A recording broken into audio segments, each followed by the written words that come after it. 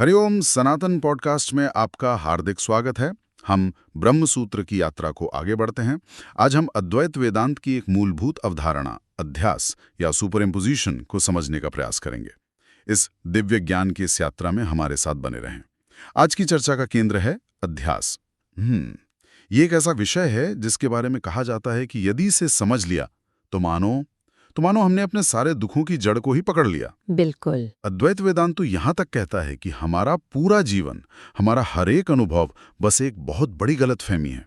तो आज हम एक तरह से उस अपराधी की तलाश करेंगे जो हमारे सारे दुखों के पीछे है और जिसे शास्त्र अध्यास कहते हैं। बहुत सुंदर भूमिका है। चलिए इस गहन विषय में उतरते हैं। तो इस रहस्य को समझने के लिए मुझे लगता है कि हमें सबसे पहले दो मूल तत्वों को पकड़ना होगा जिनके घालमेल से ही ये सारी समस्या उत्पन्न होती है। जहां तक मेरी समझ है, ये हैं मैं और बाकी सब कुछ। शास्त्रों में इनके लिए कुछ विशेष शब्द हैं, है ना? आपने बिल्कुल सही आधार पकड़ा है। इन्हीं दो तत्वों के विवेक पर आप समझिए संपूर्ण वेदांत दर्शन टिका है। जो मैं है, जो जानने वाला है, अनुभव करने वाला। हाँ, जो अनुभव करने वाला है, उसे शास्त्र विषयी कहते हैं। ये हमारी चेतना है, हमारी आत्मा है, जिसका अनुभव हम मैं के रूप में करते हैं। अच्छा। और जो बाकी सब कुछ है, अर्थात वह सब कुछ जो जाना जाता है, जो अनुभव का विषय बनता है, उसे विषय कहा गया है। अच्छा, तो विषयी यानी सब्जेक्ट और विषय यानी ऑब्जेक्ट। तो इसका अर्थ ये हुआ कि हमारा यह शरीर, हमारी 10 इंद्रियां, हमारा मन, बुद्धि जी और ये संपूर्ण दृश्यमान जगत जिसे हम अपनी आंखों से देखते हैं, जी, ये सब विषय की श्रेणी में ही आएगा। निस्संदेह वह सब कुछ जिसे यह या तुम कहकर संबोधित किया जा सकता है, वह विषय है। हाँ, जैसे हम कहते हैं यह मेरा शरीर है बिल्कुल। या मेरा मन। ये सब जानने की वस्तु है, और जो इन सबको जान रहा है, वो ज्ञाता, वो विषयी, वो आत्मा है। और देखिए, इन दोनों की प्रकृति में दिन और रात जितना अंतर है। विषयी प्रकाश स्वरूप है, चेतना स्वरूप है, और विषय जड़ है, अंधकार स्वरूप है। उसे प्रकाशित होने के लिए भी विषयी के प्रकाश की आवश्यकता होती है। यथार्थतः यहीं पर मेरे मन में सबसे पहला और सबसे बड़ा प्रश्न उठता है। पूछिए। यदि इन दोनों की प्रकृति, जैसा कि आप कह रही हैं और जैसा शास्त्र कहते हैं, तमः प्रकाशवत है, यानी प्रकाश और अंधकार के समान सर्वथा विरुद्ध, तो इनका आपस में मिलना तो तार्किक रूप से असंभव होना चाहिए। जहां प्रकाश है वहां अंधकार का लेश मात्र भी नहीं हो सकता, और जहां अंधकार है वहां प्रकाश की कल्पना भी नहीं की जा सकती। तो फिर आत्मा और अनात्मा का, चेतना और जड़ का ये घालमेल होता कैसे है? ये तो तर्क के विरुद्ध है। और आपका ये प्रश्न ही वेदांत के मर्म का द्वार है। यही तो सबसे बड़ा आश्चर्य है, सबसे बड़ा रहस्य है। अच्छा। तार्किक रूप से जो सर्वथा असंभव प्रतीत होता है, वही अनादिकाल से नैसर्गिक रूप से घटित हो रहा है।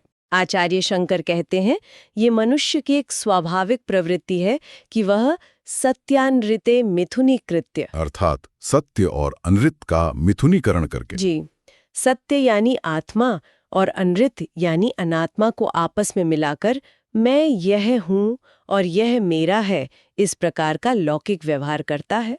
तो इसी अतार्किक, असंभव से लगने वाले मिश्रण को, इसी घालमेल को अध्यास कहा गया है। बिल्कुल सही, यही अध्यास है। अध्यास, ये शब्द हमने कई बार सुना है, पर इसका वास्तविक गहरा अर्थ शायद आज समझ आएगा। यदि हमें इसे बहुत ही सरल शब्दों में परिभाषित करना हो तो हम क्या कहेंगे? अध्यास का सीधा और सरल अर्थ है किसी वस्तु में किसी अन्य वस्तु के धर्मों का आरोपण, जो वह वस्तु वास्तव में नहीं है। मतलब एक चीज पर दूसरी चीज को देख लेना। हाँ, एक मिथ्या ज्ञान, एक भ्रम, जो मैं यह हूँ और यह मेरा है के रूप में प्रकट होता है।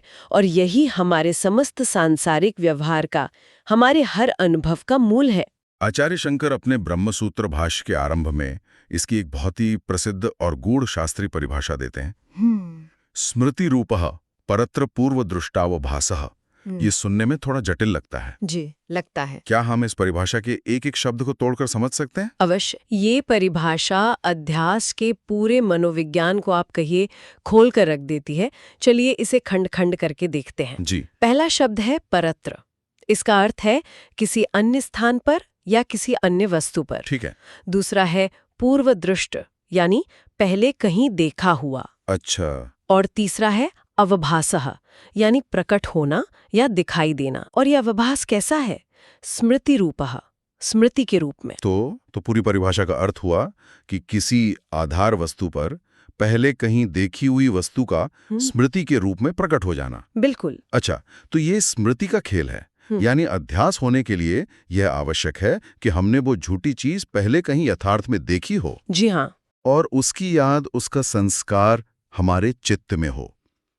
बिना पुराने मेमोरी के अध्यास नहीं हो सकता। यथार्थतः इसे हम इसके सबसे प्रसिद्ध उदाहरण से समझते हैं, रस्सी में सांप का भ्रम। हाँ। आपने जीवन में कभी न कभी कहीं न कहीं प्रकाश में सांप को अवश्य देखा है। उसका एक संस्कार, उसकी एक स्मृति आपके चित्त में अंकित हो गई है। अब आप संध्या के समय कहीं जा रहे हैं जहां प्रकाश बहुत कम है। आपको भूमि पर एक रस्सी पड़ी हुई दिखती है। रस्सी का आकार, उसकी लंबाई चौड़ाई कुछ कुछ सांप से मिलती जुलती है। ठीक है। उस मंद प्रकाश में रस्सी को देखते ही आपके चित्त में सोया हुआ सांप का संस्कार जागृत हो जाता है और उस रस्सी के ऊपर आरोपित हो जाता है। अब आपको वहां रस्सी नहीं बल्कि सांप दिखाई देने लगता है। तो यहाँ परत्र यानी रस्सी के ऊपर पूर्व दृष्ट यानी पहले देखे गए सांप का स्मृति रूपः आवभासः हो गया। बिल्कुल, यही अध्यास है। ये व्याख्या तो बहुत स्पष्ट है। रस्सी सांप और सीप चांदी वाले उदाहरण बहुत अच्छे हैं, लेकिन सच कहूं तो ये मुझे बाहरी दुनिया की गलतियों जैसे लगते हैं। एक सेंसरी इल्यूजन। दृष्टांत है। हाँ, दृष्टांत है। वेदांत का असली निशाना तो कुछ और गहरा है ना। ये प्रक्रिया हमारे अंदर, हमारे अपने अस्तित्व के साथ कैसे काम करती है। रस्सी में सांप दिखना समझ आता है, वहां रोशनी कम है, एक कंफ्यूजन है। पर मैं मोटा हूं वाले अध्यास में कम रोशनी क्या है? वो कौन सी चीज है जो मुझे अपने असली स्वरूप को देखने से रोक रही है? आपने उस प्रश्न को छुआ है जो साधक के लिए सबसे महत्वपूर्ण है। बाहरी अध्यास तो केवल इस प्रक्रिया को समझाने के लिए दृष्टांत है। जी। वेदांत का मुख्य सरोकार उसी आंतरिक अध्यास से है जो हम प्रतिक्षण स्वयं पर करते हैं। और आपके प्रश्न का उत्तर है, यहाँ कम रोशनी का काम अविवेक या अज्ञान करता है। अविवेक। हाँ, आत्मा और अनात्मा के वास्तविक स्वरूप का ज्ञान न होना ही वो अंधकार है जिसमें हम अनात्मा के धर्मों को आत्मा पर आरोपित करते हैं। इसे कुछ उदाहरणों से और स्पष्ट करें। ये आंतरिक अध्यास हमारे दैनिक जीवन में कैसे प्रकट होता है? ये इतना स्वाभाविक है कि हम इस पर ध्यान भी नहीं देते। जब हम कहते हैं मैं मोटा हूं, मैं पतला हूं, मैं लंबा हूं या मैं छोटा हूं, तो हम क्या कर रहे हैं? हम शरीर के धर्मों को मैं पर आरोपित कर रहे हैं। बिल्कुल। मोटा, पतला, लंबा या छोटा होना, ये सब शरीर के धर्म है, शरीर के गुण हैं। आत्मा तो अशरीरी है, उसका कोई आकार नहीं, परंतु हम शरीर के इन धर्मों को मैं अर्थात विषयी आत्मा पर आरोपित कर देते हैं। और मैं अंधा हूं या मैं बहरा हूं? जी। इसी प्रकार जब कोई कहता है मैं अंधा हूं, मैं बहरा हूं या मैं गोरा हूं, मैं काला हूं, तो ये इंद्रियों और शरीर के धर्मों का आत्मा पर स्पष्ट अध्यास है। आत्मा न अंधी है, न बहरी, न गोरी, न काली। एक मिनट, ये तो बड़ा अजीब है। हम शरीर की सीमाओं को तो मैं पर डाल देते हैं, जैसे मैं अंधा हूं, पर क्या हम कभी इसका उल्टा भी करते हैं?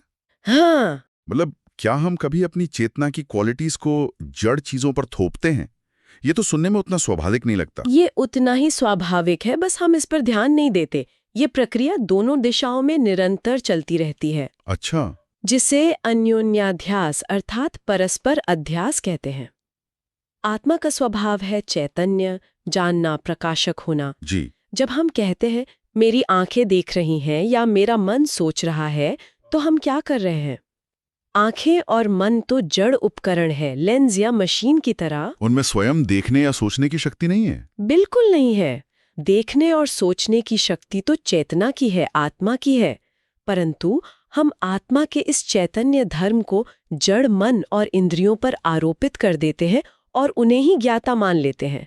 ये भी उतना ही गहरा अध्यास है। तो आत्मा और अनात्मा का ये परस्पर अध्यास ही मैं और मेरा के रूप में इस संपूर्ण संसार चक्र को चला रहा है। यथार्थतः। तो क्या इसी प्रक्रिया को, इसी मिथ्या ज्ञान को, इसी मिस्टेकन आइडेंटिटी को वेदांत में अविद्या या अज्ञान कहा गया है? हाँ, इसी अध्यास को वस्तु के वास्तविक स्वरूप को न जानकर उस पर किसी अन्य वस्तु का आरोपण करने की इस नैसर्गिक प्रवृत्ति को ही वेदांत में अविद्या कहा गया है। और विद्या क्या है फिर? इस अविद्या से पार पाना अर्थात वस्तु के वास्तविक स्वरूप को आरोपित वस्तु से अलग करके जानना ही विद्या या ज्ञान है।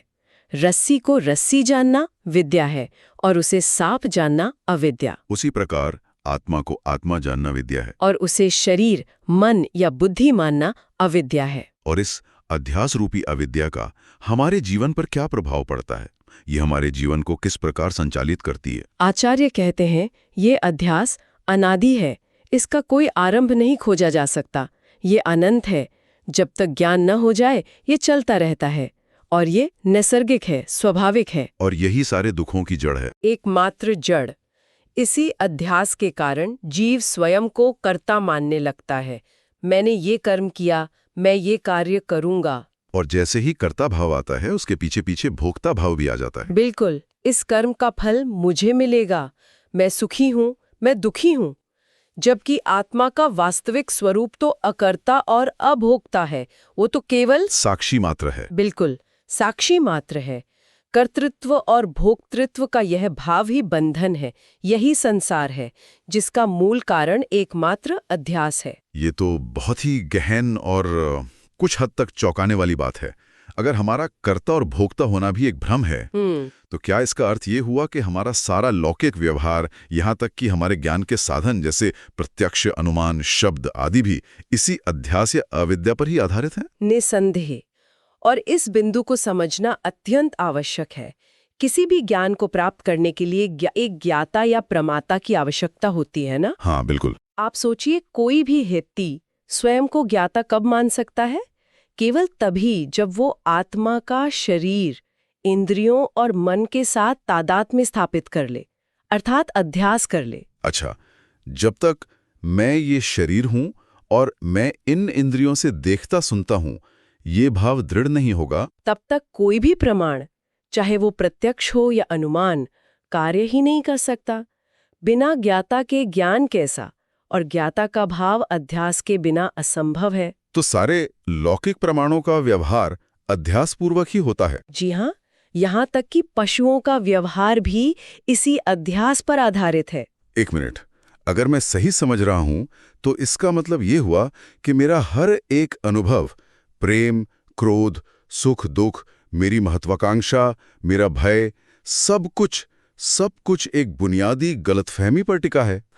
ये तो मेरे पूरे जीवन के ऑपरेटिंग सिस्टम को ही क्वेश्चन कर देता है। ये मानना कि मेरा अस्तित्व ही एक भ्रम पर आधारित है, ये तो बहुत बड़ी बात है। ये बहुत बड़ी बात है और यही वेदांत का केंद्रीय संदेश है। और ये बात केवल लौकिक व्यवहार पर ही नहीं, बल्कि शास्त्रीय व्यवहार पे भी लागू होती है। ये तो और भी चौंकाने वाली बात है। आप कह रही हैं कि हमारे वेद और धर्मशास्त्र भी इसी अध्यास को आधार मानकर ही अपने उपदेश देते हैं। जी। तो मतलब वेद भी हमसे उसी लेवल पर बात करते हैं जहां हम इस गलतफहमी में जी रहे हैं। वो ये मानकर चलते हैं कि हम खुद को शरीर समझ रहे हैं। हाँ, और ये वेदांत के सबसे महत्वपूर्ण सिद्धांतों में से एक है, जिसे अध्यारोपवाद कहते हैं। पहले शास्त्र अध्यास को स्वीकार करता है और फिर उसका खंडन करके सत्य का उपदेश देता है। अच्छा। आप विचार करें, जब शास्त्र ये आदेश देता है कि ब्राह्मण को यज्ञ करना चाहिए, तो वो किसको संबोधित कर रहा है? उस व्यक्ति को जो खुद को ब्राह्मण मान रहा है। जी, जो स्वयं को ब्राह्मण वर्ण से, एक विशेष शरीर से, एक विशेष आश्रम जैसे गृहस्थ से युक्त मान रहा है। ये सब क्या है? ये आत्मा पर वर्ण, शरीर और आश्रम का अध्यास ही तो है। आत्मा तो वर्ण और आश्रम से परे है। बिल्कुल, वो न ब्राह्मण है, न क्षत्रिय, न गृहस्थ, न सन्यासी। शास्त्र उस व्यक्ति के स्तर पर उतरकर बात करता है जो अध्यास से ग्रस्त है, ताकि उसे धीरे धीरे ऊपर उठा सके। इसका अर्थ ये हुआ कि कर्म कांड से लेकर ज्ञान कांड तक संपूर्ण शास्त्र उसी व्यक्ति को संबोधित करते हैं जो अविद्या या अध्यास से ग्रस्त है और सांसारिक व्यवहार में लिप्त है। बिल्कुल। कर्म कांड उसे उसके अध्यास के अनुसार कर्म करने का विधान बताता है, जिससे उसका चित्त शुद्ध हो, और ज्ञान कांड उसे उसी अध्यास से मुक्त होने का मार्ग दिखाता है। सही। वेदांत का अध्ययन भी वही व्यक्ति आरंभ करता है जो अध्यास से ग्रस्त है, जो स्वयं को कर्ता भोक्ता मानकर दुखी है, परंतु अब उस अध्यास को समाप्त करके आत्मज्ञान या विद्या प्राप्त करना चाहता है। तो समस्त लौकिक और वैदिक व्यवहार ये सभी अविद्या के क्षेत्र में ही होते हैं। जी, विद्या की अवस्था में जब अध्यास पूर्णतः मिट जाता है तो न कोई ज्ञाता बचता है, न ज्ञेय, न ज्ञान की प्रक्रिया। केवल एक अद्वितीय शुद्ध चैतन्य ही शेष रहता है, जो आपका, मेरा, हम सबका वास्तविक स्वरूप है। तो हमारी इस पूरी चर्चा का सार यही निकलता है कि अध्यास यानी आत्मा पर अनात्मा का और अनात्मा पर आत्मा का ये परस्पर आरोपण ही हमारे बंधन और समस्त दुखों का एकमात्र मूल कारण है। यह वह एक भूल है जो अनंत भूलों को जन्म देती है। यथार्थतः ये अध्यास ही वह मूल अनर्थ है जिसकी निवृत्ति के लिए, जिसकी जड़ को समूल नष्ट करने के लिए और आत्मा की एकता का ज्ञान यानी आत्मैकत्व विद्या प्रदान करने के लिए ही समस्त वेदांत शास्त्रों का आरंभ होता है। और ब्रह्मसूत्रों का भी यही प्रयोजन है। जी, ब्रह्मसूत्रों का भी यही एकमात्र प्रयोजन है, तर्क और श्रुति के माध्यम से इस परम ज्ञान को प्रतिष्ठित करना, जिससे जीव अध्यास के इस अनादि अंधकार से निकलकर अपने वास्तविक, नित्य, शुद्ध, बुद्ध, मुक्त, सच्चिदानंद स्वरूप को पहचान सके और सदा के लिए मुक्त हो जाए। हम अपनी चर्चा को आगे बढ़ाते हैं। हमारा आज का प्रयास यही रहेगा कि हम इन सूत्रों में से भी जो पहले 4 सूत्र हैं, जिन्हें चतुस्सूत्री कहते हैं, उनकी गहराई में उतरें। कहते हैं कि ये 4 सूत्र ही पूरे वेदांत दर्शन की नींव हैं। हाँ, ये यात्रा उस परम सत्य को जानने की है, जिसे जान लिया तो फिर कुछ और जानना बाकी नहीं रहता। तो चलें इस यात्रा का आरंभ करें। अवश्य। और इस यात्रा का जो प्रस्थान बिंदु है वो पहला सूत्र स्वयं ही है। हाँ, पहला सूत्र अथा तो ब्रह्म जिज्ञासा। 3 बहुत ही छोटे शब्द, अथ, अदह, ब्रह्म जिज्ञासा। मतलब अब इसलिए ब्रह्म को जानने की इच्छा। सुनने में तो बड़ा सरल लगता है, पर मुझे लगता है इसका अर्थ बहुत ही गहरा होगा। आपने बिल्कुल सही जगह से बात पकड़ी है। ये कोई साधारण उत्सुकता नहीं है। हाँ, जैसे किसी नई फिल्म के बारे में होती है, वैसी तो नहीं होगी ये। नहीं, ये कोई बौद्धिक कौतूहल नहीं है। ये एक ऐसी आध्यात्मिक प्यास है जो जीवन के कई अनुभवों के बाद ही जगती है। इस सूत्र के हर एक शब्द में एक पूरी साधना छिपी है। अच्छा। जैसे पहला शब्द है अथ। इसका अर्थ है अब। पर यह अब कब आता है? ये क्षण तब आता है जब साधक कुछ विशेष मानसिक और नैतिक तैयारी कर चुका होता है। तैयारी? किस तरह की तैयारी की बात हो रही है यहाँ? क्या इसका मतलब ये है कि हर कोई ये प्रश्न पूछने के योग्य नहीं है? देखिए, योग्यता का अर्थ यहाँ किसी सामाजिक पद या धन से नहीं है। ये आंतरिक परिपक्वता की बात है। वेदांत में इसके लिए एक शब्द है साधन चतुष्टय। साधन चतुष्टय? हाँ, यानी 4 प्रकार की साधना। इसे ऐसे समझिए कि अगर किसी को मैराथन दौड़ना है तो उसे महीनों पहले से तैयारी करनी पड़ती है ना? अपनी फिटनेस पर काम करना होता है। बिल्कुल सही, खान पान, अभ्यास। बस, तो वेदांत की इस दौड़ के लिए भी ऐसी ही तैयारी चाहिए। ये उदाहरण बहुत अच्छा है। तो ये 4 साधनाएं क्या हैं, अगर आप संक्षेप में बताएं? सबसे पहली और सबसे महत्वपूर्ण है विवेक, यानी क्या नित्य है और क्या अनित्य, इसके बीच का भेद समझने की क्षमता। ये देखना कि संसार की हर वस्तु, हर अनुभव, हर संबंध सब बदल रहा है, क्षणभंगुर है। सुख आता है, चला जाता है, दुख आता है, चला जाता है, पर इन सबको जो अनुभव कर रहा है, वो जो मैं हूं, वह स्थिर प्रतीत होता है। इस भेद को गहराई से समझना ये पहली सीढ़ी है। समझ गई। और विवेक के बाद? विवेक के बाद आता है वैराग्य। जब ये साफ साफ दिखने लगता है कि सब कुछ अनित्य है, तो स्वाभाविक रूप से उन क्षणभंगुर भोगों के प्रति जो आसक्ति है वो कम होने लगती है। अच्छा। फिर आती है षट संपत्ति, यानी मन और इंद्रियों पर नियंत्रण, सहनशीलता, श्रद्धा, ऐसे 6 गुण। और अंत में आता है मुमुक्षुत्व। मुमुक्षुत्व यानी मोक्ष की, इस जन्म मृत्यु के चक्र से छूटने की एक तीव्र, एक प्रबल इच्छा। जब ये सब होता है तब वो अथ यानी अब का क्षण आता है। रुकिए, यहाँ मेरे मन में एक प्रश्न आ रहा है। ये सब सुनने में मतलब बहुत कठिन और आदर्शवादी लगता है। साधन चतुष्टय, वैराग्य, क्या इसका अर्थ यह है कि एक सामान्य व्यक्ति जो अपनी नौकरी में, अपने परिवार की जिम्मेदारियों में लगा है, वो कभी ब्रह्म को जानने की इच्छा कर ही नहीं सकता? ये तो बहुत सीमित मार्ग लगता है। ये बहुत ही स्वाभाविक और महत्वपूर्ण प्रश्न है। देखिए, इन शब्दों और परिभाषाओं से हमें भयभीत नहीं होना है। ये तो केवल उस मानसिक अवस्था को नाम देते हैं जो किसी को भी किसी भी परिस्थिति में हो सकती है। अच्छा, कैसे? किसान भी अपने जीवन के दुख सुख, फसलों का उगना और नष्ट होना देखकर इस नतीजे पर पहुंच सकता है कि इन सब के पीछे कोई गहरा, कोई स्थायी सत्य होना ही चाहिए। उसने शायद वैराग्य या विवेक शब्द कभी ना सुना हो, पर उसके मन में जो भाव है वो तो वही है। हाँ, ये बात तो है। जब जीवन के थपेड़े व्यक्ति को ये सोचने पर विवश कर देते हैं कि क्या जीवन बस इतना ही है, वही क्षण अथाह है। अच्छा, तो ये शब्दों का नहीं, ये भाव का विषय है। अब समझ आया। और सूत्र में अगला शब्द है अतः, यानी इसलिए। हाँ, इसलिए क्योंकि सांसारिक कर्मों और उनके फलों की सीमा देख ली गई है। यज्ञ, दान, तप, इन सब से पुण्य मिलता है, स्वर्ग भी मिल सकता है, लेकिन वेदांत कहता है कि वो सब भी अस्थायी है। मतलब पुण्य समाप्त होने पर वापस आना पड़ता है? बिल्कुल। इन कर्मों से परम शांति और दुखों का हमेशा के लिए अंत नहीं हो सकता। इसलिए उस नश्वरता को समझकर अब उस शाश्वत तत्व ब्रह्म को जानने की इच्छा होती है। यही है अथातो ब्रह्म जिज्ञासा। बहुत सुंदर। तो जब एक गहरी सच्ची जिज्ञासा किसी के मन में जग गई, तो अगला कदम क्या है? वो जानना चाहता है कि ये भ्रम आखिर है क्या, कहाँ से शुरू करे? और यहीं पर दूसरा सूत्र आता है ना?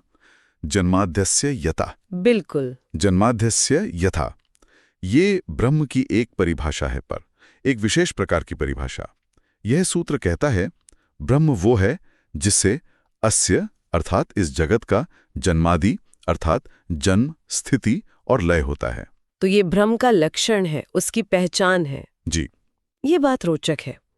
आमतौर पर जब हम किसी रचयिता की बात करते हैं तो रचना उससे अलग होती है। जैसे कुम्हार घड़ा बनाता है। कुम्हार घड़े का निमित्त कारण है, यानी बनाने वाला। हाँ। और मिट्टी उपादान कारण है, यानी वो पदार्थ जिससे घड़ा बना। ये दोनों अलग अलग हैं। तो क्या ब्रह्म भी इस जगत का केवल निमित्त कारण है? यहीं पर इसी प्रश्न पर वेदांत का दर्शन बाकी सभी दर्शनों से अद्वितीय और गहन हो जाता है। वेदांत कहता है कि ब्रह्म इस जगत का निमित्त कारण और उपादान कारण दोनों ही हैं। एक मिनट, बनाने वाला और सामान दोनों एक ही? ये कैसे संभव है? ये तो हमारे सामान्य तर्क और अनुभव के बिल्कुल विपरीत है। अगर ईश्वर ने दुनिया बनाई तो वो दुनिया कैसे हो सकता है? इस गुत्थी को सुलझाने के लिए वेदांत में एक बहुत प्रसिद्ध उदाहरण दिया जाता है, मकड़ी का। मकड़ी और जाले का? हाँ, मकड़ी अपने अंदर से ही जाले का धागा निकालती है, उस जाले को बुनती है, उसमें रहती है और अंत में उसे अपने अंदर ही समेट लेती है। जाले का निमित्त कारण भी मकड़ी है और उपादान कारण भी वही है। अच्छा। ठीक इसी प्रकार ब्रह्म अपनी ही शक्ति से, जिसे माया कहते हैं, इस संपूर्ण ब्रह्मांड की रचना करता है। ये पूरा संसार उसी से प्रकट होता है, उसी में टिका रहता है और अंत में उसी में विलीन हो जाता है। मकड़ी का उदाहरण इस जटिल बात को समझने में वाकई बहुत मदद करता है। पर ब्रह्मांड तो इतना विशाल है, इतने नाना रूपों वाला है। इसमें सुख है, दुख है, अच्छाई है, बुराई है। अगर ये सब ब्रह्म का ही परिणाम है तो क्या ये सब गुण दोष ब्रह्म में भी नहीं आ जाएंगे? जैसे दूध से दही बनता है तो दूध का स्वरूप तो बदल जाता है। क्या ब्रह्म भी ये संसार बनकर बदल जाता है? आपने एक और गहरे स्तर का प्रश्न पूछा है और यहीं पर आदि शंकराचार्य का विवर्तवाद का सिद्धांत सामने आता है। वे कहते हैं कि ये जगत ब्रह्म का वास्तविक परिणाम या रूपांतरण नहीं है। रूपांतरण नहीं है? जी नहीं। जैसे दूध का दही बनना एक रूपांतरण है, एक परिणाम है। अगर ब्रह्म का भी ऐसा परिणाम होता तो अविनाशी निर्विकार ब्रह्म भी इस विनाशी और विकारी जगत के समान हो जाता। तो फिर ये जगत क्या है अगर ये ब्रह्म का वास्तविक परिणाम नहीं है? तो यह जगत ब्रह्म पर एक आभास मात्र है, एक आरोपण है। इसका सबसे श्रेष्ठ उदाहरण है अंधेरे में पड़ी रस्सी को सांप समझ लेना। हाँ, ये तो सुना है। वहां पर सत्य वस्तु तो केवल रस्सी है, लेकिन प्रकाश की कमी और हमारे अज्ञान के कारण हमें उस रस्सी पर एक सांप दिखाई देता है। अब उस सांप के दिखने से, उससे डरने से और उसके चले जाने से रस्सी के वास्तविक स्वरूप में क्या कोई परिवर्तन आता है? नहीं, कोई भी नहीं। रस्सी तो रस्सी ही रहती है। बिल्कुल, रस्सी पहले भी रस्सी थी, अब भी रस्सी है और बाद में भी रस्सी ही रहेगी। ठीक इसी प्रकार ब्रह्म ही एकमात्र परम सत्य है और यह नाना रूपों वाला जगत उस एक ब्रह्म पर अज्ञान के कारण प्रतीत हो रहा है। वाह! तो जैसे आजकल डीप फेक वीडियो होते हैं, वीडियो में ऐसा लगता है कि कोई व्यक्ति कुछ कह रहा है या कर रहा है, पर असल में वो व्यक्ति वहां है ही नहीं। सब कुछ डिजिटल कोड पर एक आरोपण है। उस वीडियो के बनने या मिटने से असली व्यक्ति पर कोई असर नहीं पड़ता। क्या बात है! बहुत ही सटीक आधुनिक उदाहरण है ये। बिल्कुल यही बात है। ये जगत ब्रह्म का विवर्त है, परिणाम नहीं। ब्रह्म इस जगत की उत्पत्ति, स्थिति और लय का आधार होते हुए भी स्वयं इन सब से परे अपरिवर्तित रहता है। ये तो चेतना के एक बिल्कुल ही अलग स्तर की बात है, मन को स्तब्ध कर देती है। ठीक है, तो अब हमारे पास ब्रह्म की एक परिभाषा है, वो सत्य जिस पर ये सारा जगत एक आभास की तरह प्रतीत होता है। पर ये सब बातें तो बहुत गूढ़ हैं। ये मेरी इंद्रियों से, मेरे मन और तर्क से बिल्कुल परे है। मैं इसे देख नहीं सकती, किसी प्रयोगशाला में सिद्ध नहीं कर सकती। तो इस ज्ञान पर कोई विश्वास ही क्यों करे? इसका प्रमाण क्या है? और आपका ये प्रश्न हमें सीधे तीसरे सूत्र पर ले आता है, शास्त्र योनित्वात्। शास्त्र योनित्वात्। इसका अर्थ हुआ कि शास्त्र ही उसकी योनि अर्थात उद्गम या प्रमाण है। जी, ब्रह्म का ज्ञान केवल शास्त्रों के माध्यम से ही हो सकता है। यहाँ शास्त्र का मुख्य अर्थ है श्रुति यानी उपनिषद। ज्ञान प्राप्त करने के हमारे पास जो सामान्य साधन हैं, जैसे प्रत्यक्ष यानी परसेप्शन और अनुमान यानी इन्फ्रेंस, वे यहाँ काम नहीं करते। वे क्यों काम नहीं करते? देखिए, प्रत्यक्ष प्रमाण तो केवल उन वस्तुओं पर लागू होता है जिन्हें हम अपनी 5 इंद्रियों से अनुभव कर सकते हैं। ब्रह्म तो अरूप, अगंध, अशब्द है, इसलिए वो इंद्रियों का विषय हो ही नहीं सकता। ठीक है।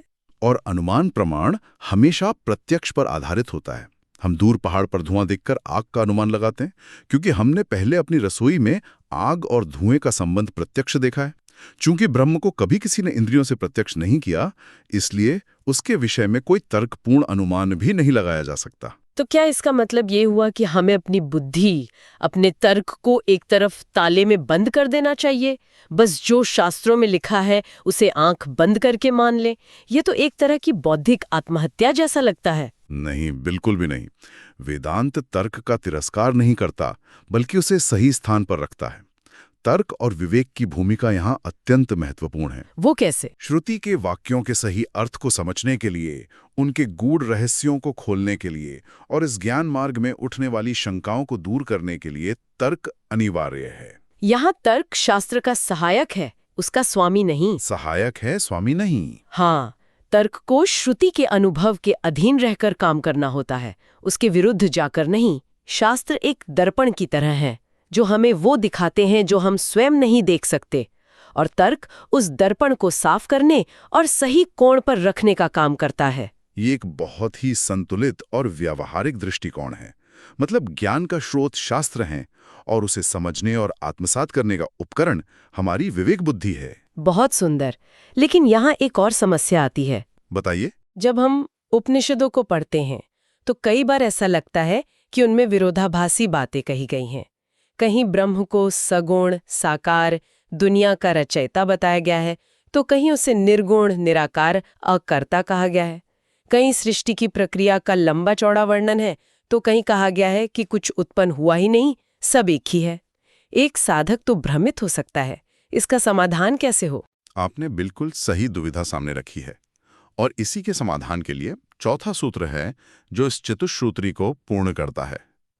तत्तु समन्वयात्। तत्तु समन्वयात् अर्थात ब्रह्म ही जगत का कारण है। यह बात किसी एक दो वाक्यों से नहीं, बल्कि सभी वेदांत वाक्यों में समन्वय स्थापित करने से ही सिद्ध होती है। यह जो पद्धति प्रस्तावित की गई है वो अद्भुत है। हमें शास्त्रों के वाक्यों को टुकड़ों में अलग अलग नहीं देखना चाहिए।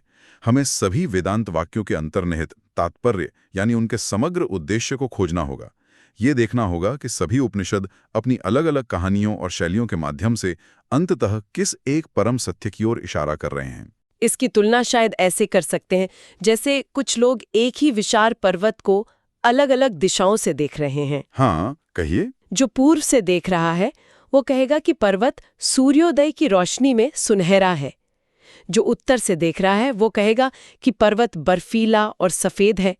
जो दक्षिण से देख रहा है वो कहेगा कि पर्वत तो हरा भरा है। ऊपरी तौर पर देखें तो ये सभी वर्णन विरोधाभासी लगते हैं। बिल्कुल। लेकिन जो बुद्धिमान व्यक्ति है वो समझेगा कि ये सभी वर्णन सत्य हैं, बस अलग अलग दृष्टिकोण से कहे गए हैं। पर्वत का समग्र रूप तो सभी वर्णनों में समन्वय स्थापित करके ही समझा जा सकता है। इससे बेहतर दृष्टांत नहीं हो सकता। बिल्कुल यही बात है। इसी समन्वय के सिद्धांत से सगुण और निर्गुण ब्रह्म के वर्णनों का रहस्य खुलता है। जब शास्त्र सगुण ब्रह्म का वर्णन करते हैं, यानी ईश्वर जो सर्वशक्तिमान, सर्वज्ञ, दयालु है, तो वे साधक को ध्यान और उपासना के लिए एक आलंबन प्रदान कर रहे होते हैं। अच्छा, एक आधार दे रहे होते हैं। जी। ये सत्य का वो रूप है जिसके साथ हम एक व्यक्तिगत संबंध बना सकते हैं। ये व्यवहारिक सत्य है। और जब शास्त्र निर्गुण, निराकार, गुणातीत ब्रह्म की बात करते हैं, जो हर नाम और रूप से परे शुद्ध चैतन्य है, तो वे उसके पारमार्थिक यानी परम तात्विक सत्य का निरूपण कर रहे होते हैं। समझ गए? एकदम सही। सगुण ब्रह्म की उपासना साधक के मन को शुद्ध और एकाग्र करती है, उसे उस निर्गुण तत्व को समझने और अनुभव करने के योग्य बनाती है। अतः दोनों वर्णनों में कोई विरोध नहीं है। एक सोपान है और दूसरा अंतिम लक्ष्य। समन्वय की दृष्टि से देखने पर सभी श्रुति वाक्य एक ही अद्वैत ब्रह्म की महिमा का गान करते हुए प्रतीत होते हैं। तो आज हमने ब्रह्म सूत्र के इस चतुःसूत्री के माध्यम से वेदांत के आधार स्तंभों को समझने का प्रयास किया। हमने एक सच्ची जिज्ञासा से यात्रा आरंभ की, फिर जन्माद्यस्य यतः से ब्रह्म की परिभाषा को जाना कि वो जगत का अभिन्न निमित्तोपादान कारण है। और विवर्त है। विवर्त है। उसके बाद शास्त्र योनित्वाद से समझा कि उसे जानने का एकमात्र स्रोत शास्त्र है, और अंत में तत्व समन्वयात से ये जाना कि शास्त्रों के सत्य को समझने की सही विधि समन्वय है। ये वास्तव में एक संपूर्ण दार्शनिक प्रणाली की रूपरेखा है। निश्चित रूप से ये 4 सूत्र मानो वेदांत के भव्य महल के 4 महाद्वार हैं, जो हमें उस परम सत्य के दर्शन के लिए भीतर आमंत्रित करते हैं। इस पूरी चर्चा के बाद एक विचार मन में स्वाभाविक रूप से उठता है, और मैं चाहती हूँ कि ये विचार हमारे श्रोताओं के मन में भी गूंजता रहे। अवश्य। यदि शास्त्र यह प्रकट करते हैं और तर्क विवेक से यह सिद्ध होता है कि परम सत्य एक अद्वैत ब्रह्म है और जीवात्मा यानी हमारा अपना आत्म तत्व उस ब्रह्म से भिन्न नहीं है, तत्वमसि अहम ब्रह्मास्मि, तो इस ज्ञान का हमारे दैनिक जीवन पर क्या प्रभाव पड़ना चाहिए? हमारे स्वयं को, अपने आसपास के लोगों को और इस संपूर्ण संसार को देखने के दृष्टिकोण में इससे क्या मौलिक परिवर्तन आना चाहिए? यह ज्ञान केवल एक बौद्धिक सिद्धांत न रहकर हमारे जीवन का एक जीवंत अनुभव कैसे बन सकता है? ये एक ऐसा प्रश्न है जिसका उत्तर किसी शास्त्र में नहीं लिखा है। इसका उत्तर प्रत्येक साधक को अपने जीवन के प्रत्येक क्षण में अपने भीतर ही खोजना होगा। ज्ञान को आचरण में उतारना ही सच्ची साधना है। हम अपनी चर्चा को आगे बढ़ाते हैं। ये सृष्टि कहाँ से आई, इसका आरंभ कैसे हुआ? यह एक ऐसा प्रश्न है जो शायद हर सोचने वाले मनुष्य के मन में कभी न कभी उठता ही है। बिल्कुल। और जब हम अपने शास्त्रों, विशेषकर उपनिषदों की ओर देखते हैं, तो वे एक स्वर में घोषणा करते हैं कि संपूर्ण ब्रह्मांड का मूल कारण एक ही है, परब्रह्म। हाँ, परम कारण ब्रह्म ही है। जैसे तैत्तिरीय उपनिषद में एक बहुत सुंदर क्रम बताया गया है।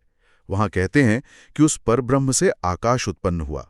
यहां तक तो ठीक है। हाँ। पर इसके आगे एक जिज्ञासा उठती है, क्या केवल आकाश ही ब्रह्म से बना? बाकी तत्वों का क्या हुआ? अग्नि, वायु, जल, पृथ्वी, ये सब कहां से आए? हाँ, ये प्रश्न स्वाभाविक है। क्या ये एक श्रृंखला में एक दूसरे से उत्पन्न हुए, या फिर हर एक तत्व सीधे ब्रह्म से ही प्रकट हुआ?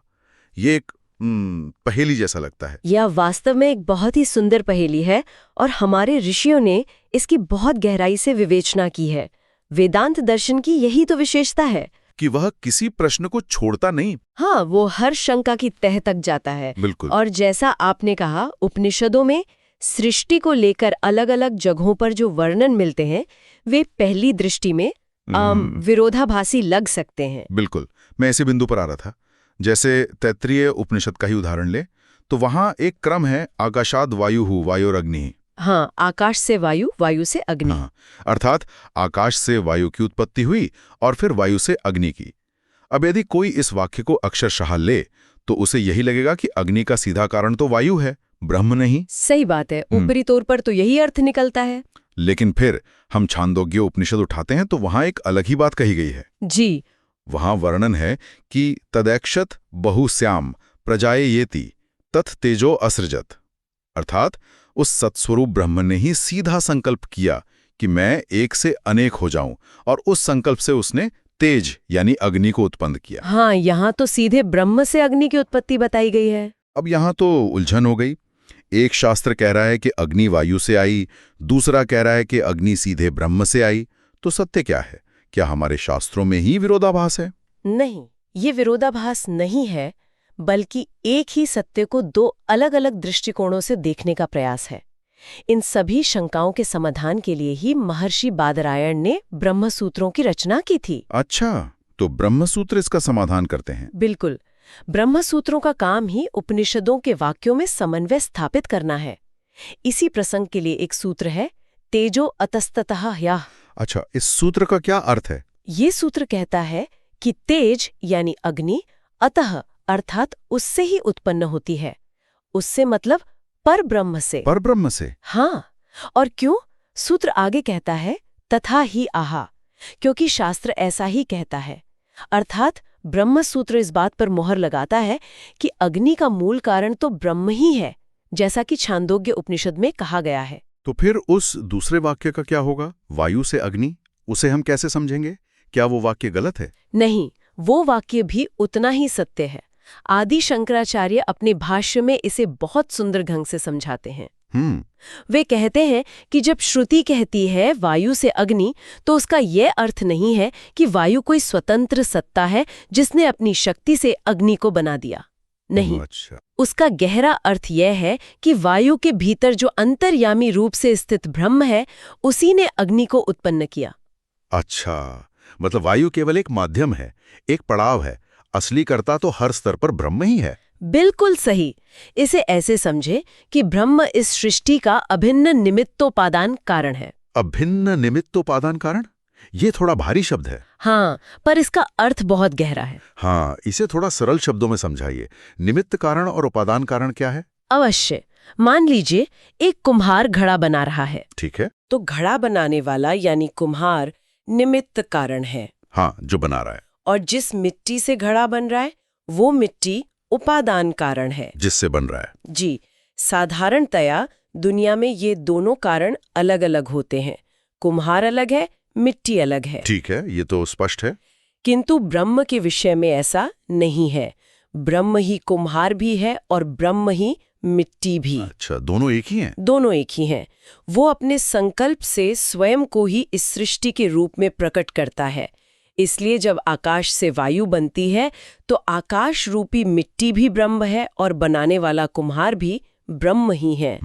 फिर जब वायु से अग्नि बनती है तो वायु रूपी मिट्टी भी ब्रह्म है और बनाने वाला कुम्हार भी ब्रह्म ही है। समझ गया। सृष्टि की पूरी श्रृंखला में हर कड़ी को अस्तित्व देने वाला और उसे अगली कड़ी में परिवर्तित करने वाला एकमात्र परब्रह्म ही है। तो मतलब दोनों श्रुति वाक्य सत्य हैं? हाँ, एक प्रक्रिया के एक चरण को बता रहा है और दूसरा उस प्रक्रिया के मूल स्रोत की ओर संकेत कर रहा है। बहुत खूब। तो ये पहेली तो सुलझ गई। मतलब ये जो पूरी भौतिक सृष्टि है, चाहे वो आकाश हो, वायु हो या अग्नि, ये सब एक श्रृंखला में दिखते हुए भी हर पल सीधे ब्रह्म से ही अपनी सत्ता और ऊर्जा प्राप्त कर रहे हैं। बिल्कुल। ये तो जड़ तत्वों की बात हुई जो समझ में आती है। पर इस विवेचन से एक और भी बड़ा प्रश्न खड़ा हो जाता है। पूछिए। प्रश्न हम सबके बारे में है, चेतन जीवों के बारे में। जी। यदि ये सारा हार्डवेयर, ये सारा भौतिक जगत ब्रह्म से ही उत्पन्न हुआ है, तो फिर इस जगत का अनुभव करने वाला सॉफ्टवेयर यानी हम और आप, हमारी आत्मा, उसका क्या? क्या ये मानना तर्कसंगत नहीं होगा कि हम भी उसी सृष्टि प्रक्रिया का एक हिस्सा हैं? क्या हमारी आत्मा भी ब्रह्म का ही एक कार्य है जिसकी उत्पत्ति हुई है? आपने वेदांत के मर्म को छू लिया।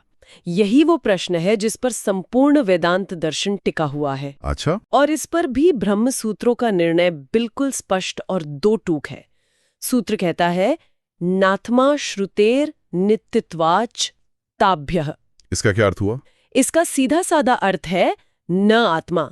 आत्मा की उत्पत्ति नहीं होती, जीव उत्पन्न नहीं होता। क्या? हाँ, वो किसी का कार्य या परिणाम नहीं है। एक मिनट, आत्मा की उत्पत्ति नहीं होती? हाँ, ये तो बहुत ही क्रांतिकारी विचार है। तो हम सब तो अपना जन्मदिन मनाते हैं, हम अपने जीवन की शुरुआत की बात करते हैं, और आप कह रही हैं कि आत्मा का तो जन्म ही नहीं होता। इसे पचाना थोड़ा मुश्किल है। ये मुश्किल इसीलिए लगता है क्योंकि हम स्वयं को ये शरीर मानकर चलते हैं, पर शास्त्र ऐसा नहीं मानता। और देखिए, सूत्रकार ने अपने इस निर्णय के पक्ष में 2 बहुत ही ठोस तर्क दिए हैं जो सूत्र में ही मौजूद हैं। अच्छा, क्या तर्क है? पहला तर्क है अश्रुतेय। अश्रुते यानी जो सुना नहीं गया। बिल्कुल। इसका अर्थ है कि आत्मा की उत्पत्ति के विषय में शास्त्रों में कहीं कहा ही नहीं गया है। आप देखिए, उपनिषदों में सृष्टि का कितना विस्तृत वर्णन है। हाँ, बहुत विस्तार से है। आकाश कैसे बना, वायु कैसे बनी, अग्नि, जल, पृथ्वी, अन्न, शरीर, सबका वर्णन है। पर पूरे श्रुति साहित्य में एक भी वाक्य ऐसा नहीं है जो ये कहे कि और फिर ब्रह्म ने जीव या आत्मा को उत्पन्न किया। सच में कहीं भी नहीं? कहीं भी नहीं।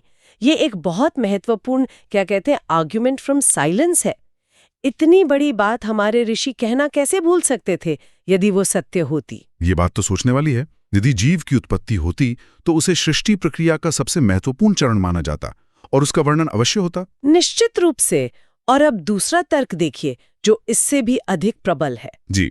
सूत्र का अगला भाग है नित्यत्वाच ताभ्यः। नित्यत्वाच ताभ्यः। इसका अर्थ है क्योंकि ताभ्य अर्थात उन्हीं श्रुतियों से आत्मा की नित्यता सिद्ध होती है। अच्छा, उन्हीं श्रुतियों से? हाँ, यानी जिन श्रुतियों ने सृष्टि का वर्णन किया, उन्हीं श्रुतियों ने बार बार अनेक स्थानों पर पूरी दृढ़ता के साथ आत्मा को नित्य, अजन्मा और शाश्वत घोषित किया है। जो नित्य है, जो हमेशा से है, उसका जन्म भला कैसे हो सकता है? क्या ऐसे कुछ स्पष्ट प्रमाण उपनिषदों में हैं? अनेक हैं। जैसे बृहदारण्यक उपनिषद में याज्ञवल्क्य कहते हैं, सवाएश महान अज आत्मा अजरो अमरो अमृतो अभयो ब्रह्म। इसका अर्थ क्या हुआ? अर्थात वह यह महान अज आत्मा, अज का अर्थ ही है जिसका जन्म न हुआ हो, वह अजर है, अमर है, अमृत स्वरूप है, अभय है और वह ब्रह्म ही है। इसी तरह कठोपनिषद का वह प्रसिद्ध श्लोक है, न जायते म्रियते वा विपश्चित अजो नित्यः शाश्वतो अयम पुराणो न हन्यते हन्यमाने शरीरे। हाँ, ये तो बहुत प्रसिद्ध है। अर्थात यह विवेक स्वरूपा आत्मा न जन्म लेती है न मरती है। यह अजन्मा है, नित्य है, शाश्वत है, पुरातन है। शरीर के मारे जाने पर भी ये नहीं मारी जाती। इससे अधिक स्पष्ट और क्या कहा जा सकता है? सही बात है। ये तो वास्तव में बहुत स्पष्ट घोषणा है, पर फिर भी मन में एक शंका रह जाती है। कहिए। छांदोग्य उपनिषद में ही जहां पिता अपने पुत्र श्वेतकेतु को उपदेश दे रहे हैं, वे एक वाक्य कहते हैं, सन्मूला सौम्येमा सर्वाः प्रजा सदायत्मा सत्प्रतिष्ठा। जी। अर्थात हे प्रिय, इन सभी प्राणियों का मूल सत ब्रह्म में है। अब यहाँ मूल शब्द का प्रयोग हुआ है, जैसे एक वृक्ष का मूल उसकी जड़ में होता है और वृक्ष उस जड़ से ही उत्पन्न होता है। तो क्या इस वाक्य से यह अर्थ नहीं निकलता कि हम सब प्राणी भी उस सतरूपी मूल से उत्पन्न हुए हैं? बहुत ही सूक्ष्म प्रश्न है आपका। वेदांत की गहराई इसी में है कि वो शब्दों के प्रचलित अर्थों से बंधा नहीं है, बल्कि उनके तात्विक अर्थ को खोजता है। अच्छा। यहाँ मूल शब्द का अर्थ उत्पत्ति वाली जड़, रूट ऑफ ऑरिजिन नहीं है, बल्कि स्वरूप, रूट ऑफ एसेंस है। स्वरूप ही ब्रह्म है। ये कार्य कारण का नहीं, बल्कि तादात्म्य यानी अभेद का संबंध बता रहा है। स्वरूप यानी इसेंशियल नेचर। इसे समझने के लिए कोई दृष्टांत है? हाँ, वेदांत में इसके लिए एक सबसे प्रसिद्ध और सटीक दृष्टांत दिया जाता है, घटाकाश और महाकाश का। घटाकाश मतलब घड़े के अंदर का आकाश। जी। आप कल्पना करें, एक बहुत बड़ा खुला आकाश है, महाकाश। अभी कुम्हार मिट्टी से घड़ा बनाता है। घड़े का जन्म हुआ, उसकी उत्पत्ति हुई। ठीक है। एक दिन वो घड़ा फूट जाएगा, उसका नाश हो जाएगा। तो घड़े का तो जन्म और मृत्यु है।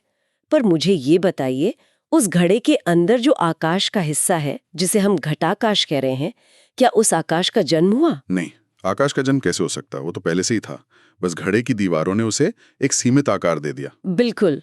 और जब वो घड़ा फूट जाएगा तो क्या वो घटाकाश मर जाएगा या महाकाश में मिल जाएगा? नहीं, वो तो वही रहेगा। हाँ, वो तो कभी अलग था ही नहीं कि उसे मिलना पड़े। वो तो महाकाश ही था, जो बस घड़े की उपाधि के कारण अलग और सीमित प्रतीत हो रहा था। सही बात है। घड़े के टूटने से केवल उपाधि का, उस सीमा का नाश होता है। आकाश तो जैसा था वैसा ही रहता है। अद्भुत। ये दृष्टांत तो पूरी बात को शीशे की तरह साफ कर देता है। ठीक इसी दृष्टांत को अपने ऊपर घटाइए। यह शरीर, मन और बुद्धि, यही वो घड़ा है। अच्छा, हम घड़ा हैं। हाँ, ये उपाधि घड़ा है। इस घड़े का जन्म होता है, यह बड़ा होता है और एक दिन इसका नाश भी हो जाता है। जन्म और मृत्यु इस शरीर मन रूपी घड़े के धर्म है। किंतु इसके भीतर जो चैतन्य है, जो मैं हूँ का अनुभव कर रहा है, वो आत्मा उस घटाकाश की भांति है। मतलब हम वो आकाश हैं। बिल्कुल, वो वास्तव में परब्रह्म रूपी महाकाश ही है। वो अजन्मा है, नित्य है, शाश्वत है। हम स्वयं को ये घड़ा मान लेते हैं और इसीलिए घड़े के जन्म को अपना जन्म और घड़े की मृत्यु को अपनी मृत्यु मानकर भयभीत होते रहते हैं। तो इसका अर्थ ये हुआ कि मैं या कोई भी जीव ब्रह्म का कोई कार्य या परिणाम नहीं है, बल्कि स्वयं ब्रह्म ही है, जो इस शरीर, मन, बुद्धि रूपी उपाधियों के माध्यम से स्वयं को एक सीमित व्यक्ति के रूप में अनुभव कर रहा है। जी, सृष्टि की जो पूरी कहानी है, उत्पत्ति और प्रलय की, वो इन उपाधियों पर, इस घड़े पर लागू होती है, हमारे वास्तविक स्वरूप उस आकाश पर नहीं। आपने बिल्कुल सार पकड़ लिया। यही वेदांत का चरम उद्घोष है, जीवो ब्रह्मैव न परः। जीव ब्रह्म ही है और कुछ नहीं। हम उत्पन्न नहीं हुए हैं, हम नित्य हैं, हम मर्त्य नहीं हैं, हम अमृत स्वरूप हैं। यही हमारा पारमार्थिक सत्य है। इस चर्चा ने तो पूरा दृष्टिकोण ही बदल दिया। जिसे हम अपना जीवन कहते हैं, वो वास्तव में हमारे नित्य स्वरूप पर एक अस्थायी उपाधि मात्र है। हाँ, और आज की इस गहन चर्चा से जब ये सिद्ध हो जाता है कि हमारा वास्तविक स्वरूप अजन्मा, अमर और स्वयं ब्रह्म स्वरूप है, तो ये अपने आप में एक अंत नहीं, बल्कि एक नई खोज की शुरुआत है। एक नई शुरुआत। जी। यहाँ से एक बहुत ही महत्वपूर्ण और व्यावहारिक प्रश्न उठता है, जिसका उत्तर हम सभी को अपने भीतर खोजना है। वो क्या? प्रश्न ये है कि यदि हमारा सत्य स्वरूप यही है, यदि हम वास्तव में नित्य, शुद्ध, बुद्ध, मुक्त स्वभाव वाले हैं, तो हम अपने दिन प्रतिदिन के जीवन में इसका अनुभव क्यों नहीं कर पाते? ये तो सबसे बड़ा प्रश्न है। वो कौन सी शक्ति है, वो कौन सी उपाधियां या पर्दे हैं जो हमें अपने इस सहज सिद्ध आनंदमयी स्वरूप का साक्षात्कार करने से रोकती हैं? और इन सीमाओं के पार देखने का मार्ग क्या है? तो हमें आशा है कि आपको हमारी आज की चर्चा पसंद आई होगी। सनातन धर्म से संबंधित ऐसी ही और चर्चाओं के लिए हमारे चैनल को अवश्य सब्सक्राइब करें। धन्यवाद। जय श्री राम।